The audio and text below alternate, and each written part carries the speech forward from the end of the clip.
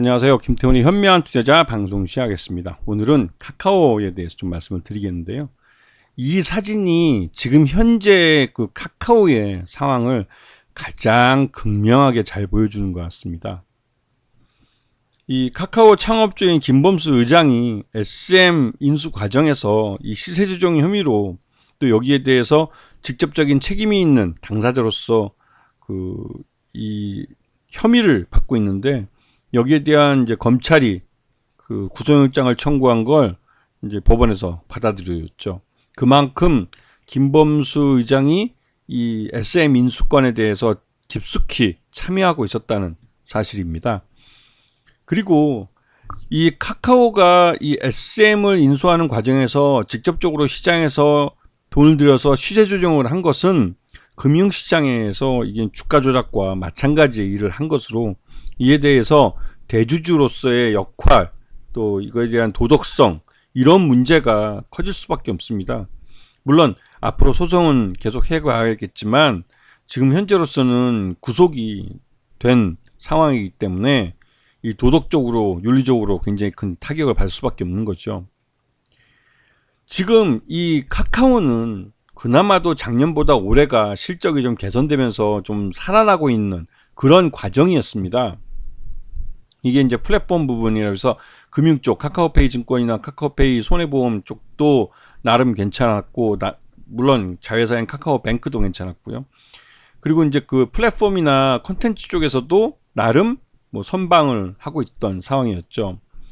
그래서 그 연결 포괄손익계산에서 1분기 거를 기준으로 봤을 때 전년 동기 대비해서 매출 외형도 늘고 영업이익도 뭐 급증했고 단기 순이익도 크게 늘어난 상태입니다. 이게 이제 말 그대로 수익성이 회복되고 있다는 걸 잘 보여준 사례이기도 하죠. 그런데 문제는 이 김범수 그러니까 김범수 이 의장이 카카오의 최대주수로 13.27%를 갖고 있고, 김범수 일가가 최대주로 있는 K큐브 홀딩스가 또 10.39%를 갖고 있어가지고 이 카카오에 대해서 확실하게 김범수 일가가 지배를 하고 있는 그런 상황에서 이 김범수 회장을 일가를 이제 최고점으로 하는 이 카카오의 지배구조가 이렇게 만들어져 있는데, 이 중에서 카카오뱅크와 카카오페이가 상장회사로서 금융 업무를 하고 있는 회사예요. 카카오뱅크 같은 경우는 지금 당장 이 자본시장법에 따라서 최대주주의 이 구속된 사안이 최대주주 이 자격 요건에 문제를 발생시킵니다. 그래서 대주주 요건 심사를 받을 수밖에 없는데, 여기에서 이 김범수 의장이 구속된 사유가 이 SM이라는 상장사의 주가를 조작한 아주 가장 질 나쁜 사건이기 때문에, 이렇게 될 경우 카카오뱅크와 카카오페이의 최대주주 지분을 그 법원의 명령으로 이거는 팔 수밖에 없는 상황이 되어버리죠. 그렇게 되면 그 말 그대로 이제 이 카카오는 상당한 타격을 받게 됩니다. 왜냐면 금융 쪽에서 굉장히 빠르게 성장을 하고 있었고, 마이데이터 같이 이제 금융 관련 이 사업들을 준비하고 있었는데 이 모든 게 다 물거품이 돼버리기 때문에 그런 거죠. 그리고 이제 물론 이 사업 구조조정 차원에서 카카오 게임즈도 매각하려고 했다는 소문이 있긴 있었습니다. 여기에 대해서 이제 조회 공시가 들어갔고, 일단은 카카오 게임즈에 대한 매각에 대해서 조회 공시를 부정하긴 했습니다. 하지만 지금 상황으로서는 카카오가 나름대로 이 집중할 사업과 또 버리고 갈 사업으로 볼 때 카카오 게임즈는 일단 매각하는 쪽으로 생각하고 있고, 그리고 카카오 모빌리티를 상장을 시키려고 했었는데 대주주인 김범수 의장이 구속되면서 카카오 모빌리티의 상장도 일단 당분간은 물 건너갔다고 보는 게 맞을 것 같습니다. 그리고 카카오 엔터테인먼트와 카카오 엔터프라이즈, 특히 카카오 엔터테인먼트도 상장 요건에 이제 상장이 가능한 회사로 알려져 있었는데 이 회사도 이제 물 건너가 버린 거죠. 그래서 카카오로서는 이 김범수 의장이 구속된 게 사업에 굉장히 큰 타격이 될 수밖에 없습니다.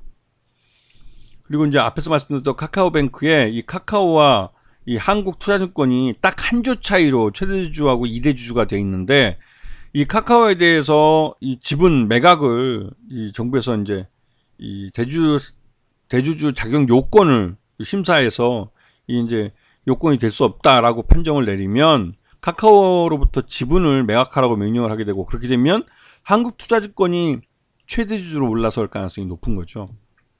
네.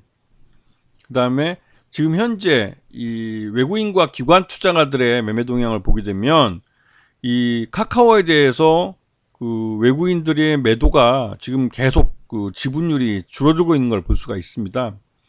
그만큼 이제 불확실성이 커지기 때문에 일단은 좀 발을 빼자고 하는, 그 장기 투자로 버티는 외국인 투자들도 이 불확실성이 워낙 크다 보니까 주가가 어느 쪽으로 튈지 모른다는 불안감에 일단 발을 빼고 있는 그런 모습이기도 합니다.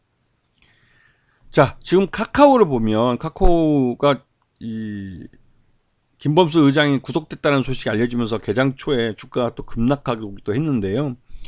예전에 그 이재용 삼성그룹 부회장이죠. 그 당시에는 부회장이 구속이 됐을 때, 구속되고 한 1년여 동안 감옥에 있는 동안 삼성전자는 사상 최대 실적과 사상 최대 주가를 기록했습니다. 그렇게 한 이유가 이 오너 일가가 이 감옥에 가 있는 동안에는 예전처럼 그 회사의 등에다가 빨대를 꽂고 옛날처럼 회사의 이런 뭐랄까요, 그 수익을 뒷구멍으로 빼먹던 걸 못하는, 그래서 온전히 그 기업 가치가 주가에 반영될 수 있는 그런 상황이 벌어지기도 합니다. 이거는 삼성전자처럼 오랫동안 자리를 잡은 기업에서 또 오랫동안 일해온 이런 노련한 전문 경영들이 있을 때 얘기고, 카카오 같은 경우는 만들어진 지 얼마 안 되고 또 젊은 친구들이 경영을 하다 보니 삼성그룹처럼 그렇게 경영 시스템이 안정적이지 못합니다. 그러다 보니 뭐 카카오 자체는 대기업이라고 불리지만 실질적으로 경영 시스템은 오너 1인에게 의존하는 그런 형태를 많이 보이고 있고, 그래서 김범수 창업주이자 이 의장이, 김범주 의장이, 최대주인 김범수 의장이 경영일선에 복귀한 지 1년도 안 돼서 다시 구속이 된 바람에 이 경영에 큰 구멍이 나게 생긴 겁니다.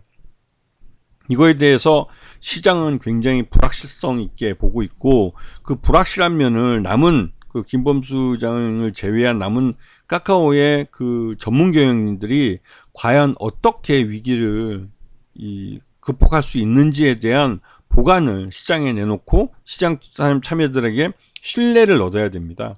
근데 그런 부분이 어떻게 진행될지 아직까지는 모르는 상황이죠. 그렇기 때문에 일단은 이런 불확실성을 피하려는 자금들이 시장에 나올 가능성이 높은 상황이기도 합니다.